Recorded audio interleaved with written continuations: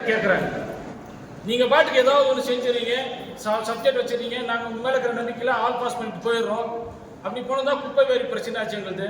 பழைய கமிஷனர் எங்களுக்கு பிரச்சனை பண்ணி விட்டாங்க.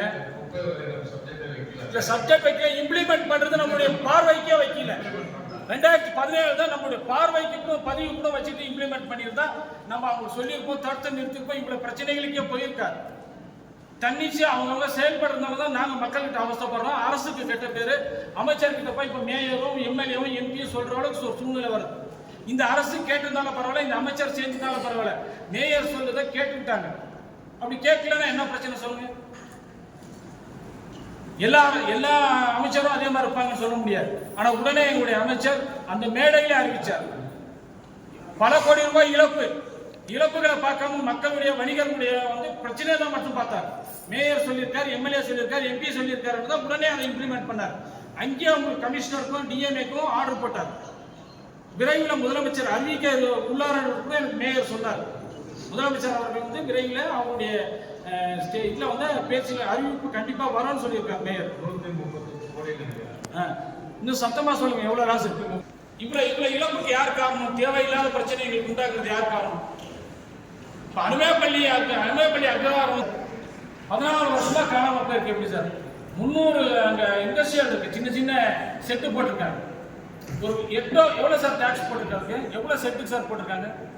எவ்வளோ குறுந்தொழில் கம்பெனிகளுக்கு போட்டிருக்காங்க சார்?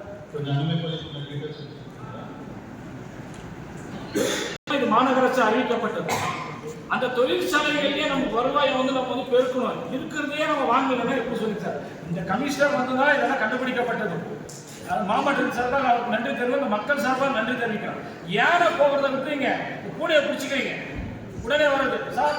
4 வருஷத்துக்கு முன்னாடி நீங்கள் போட்ட டேக்ஸை விட இப்போ ஒரு மாடி அதிகமாக போட்டிருக்கீங்க, ஒரு டாய்லெட் எக்ஸ்ட்ரா கட்டியிருக்கீங்க, ஒரு பாத்ரூம் இந்த பக்கம் ஒரு கார் செட்டு கட்டியிருக்கீங்க, இது கடை கார் செட்டை கடைன்னு சொல்கிறது, கடையை கார் செட்டுன்னு சொல்கிறது, இவங்க இஷ்டத்துக்கு இவங்க பேசிட்டு இருக்காங்க. ஒவ்வொரு பில் கலெக்டரும், எல்லா பில் கலெக்டரும் சொல்ல, எல்லா அலுவலர்களும் சொல்ல, ஒரு சிலர் நேர்மையாக இருக்கிறாங்க, ஒரு சிலர் செய்கிற தவறு எல்லாருக்கும் கெட்ட பேர். கவுன்சிலர் நாங்கள் சொல்கிறோம், மேயருக்கு, கவுன்சிலருக்கு, துணை மேயருக்கு, அத்தனை பேருக்கும் இதே பண்ணிதான் டாக்ஸ் பிரச்சனை, குப்பை வேலி பிரச்சனை. இப்போ 300 இண்டஸ்ட்ரியல் மிஸ் ஆனது எவ்வளோ பெரிய இழப்பு நமக்கு. இது மாதிரி இன்னும் எவ்வளோ சார் இருக்கு? So they have done around somewhere around almost 1 month தவிர மீதி எல்லாமே வித் ஏரியா சர்வே பண்ணியிருக்கோம். So maximum residential to commercial இருக்குது ஆன்லைனில் அப்ளை பண்ணப்படும். 1 month 165 ரெசிடென்ஷியல் இருக்குது, அதெல்லாம் ஆன்லைனில் அப்ளை பண்ணப்படும். சார் எவ்வளோ இது பிஃபோர் only around இண்டஸ்ட்ரியல் இருந்தது. we are trying to sort it.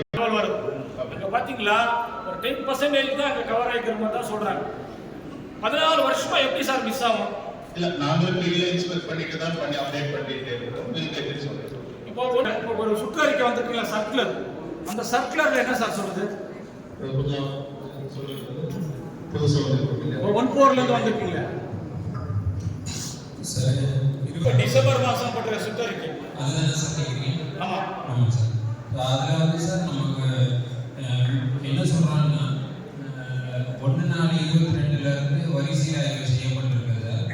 அப்படி சீராய்வு செய்ததுக்கு அப்புறமா இப்போ அதை தொடர்ந்து எதுக்கு வரி போடலையோ, இல்லை வரி கம்மியாக போட்டிருக்கிறதோ, இல்லைன்னா யூசேஜ் சேஞ்சஸ் இருந்ததுன்னா ரெசிடென்ஷியல் கமர்ஷியல் மாற்றுறதா இருந்தால் டைரக்ட் சேஞ்ச் பண்ணிங்களா? டைரக்ட் சேஞ்ச் இல்லை, அதையும் கரெக்ட் பண்ண சொல்லி பண்ணிட்டு இருக்கோம். அப்படி பண்ணும்போது நமக்கு 1/4/22 அப்புறமா வர புது பில்டிங் எல்லாமே கரண்ட் டேரிஃப்ல போடணும். அதுக்கு முன்னாடி இருக்கிற பில்டிங் கூடுதலாக கட்டியிருந்தால் மட்டும் அந்த கூடுதல் இடத்துக்கு மட்டும் வரி போடவும், அதுக்கப்புறமா அது என்ன யூசேஜில் இருக்கோ அந்த யூசேஜ் கன்வர்ஷன் பண்ண சொல்லியிருக்கோம். நம்மளும் அது பண்ணிட்டு இருக்கோம் சார். 6 இயர்ஸ் பில்டிங்கோட ஏஜை பொறுத்து 6 இயர்ஸ் போட்டுருக்கோம் சார். எப்படி சார்? அது இந்த சர்க்குலருக்கு சம்மந்தம் இல்லை சார். அது என்ன ரூல் இருக்குது அதை அப்படியே பண்ணிட்டு இல்லை எனக்கு புரியல சார். ஒரே ஒரு கமர்ஷியல் 6 இயர் போட்டிருக்கீங்க. நெக்ஸ்ட் இருக்கிற அதே சேம் கமர்ஷியல் பில்டிங்க்கு 3 இயர்ஸ் போட்டிருக்கீங்க. அது தெரியும். அது கம்பேர் அப்படி வந்திருக்கிறாரு. ஸோ அப்படி இது we asked for the marketing ஒரு டேட்டா கேட்டிருக்கோம். வெள்ளிக்கப்பட்ட மதம் நீங்க சொல்றது அந்த கேஸ் தெரியும், அப்பீல் வந்திருக்கிறாரு. சார் கோர்ட்டுக்கே போயிட்டாங்க சார், கோர்ட்ல நம்பர் ஆயிடுச்சு. Okay, so we'll submit.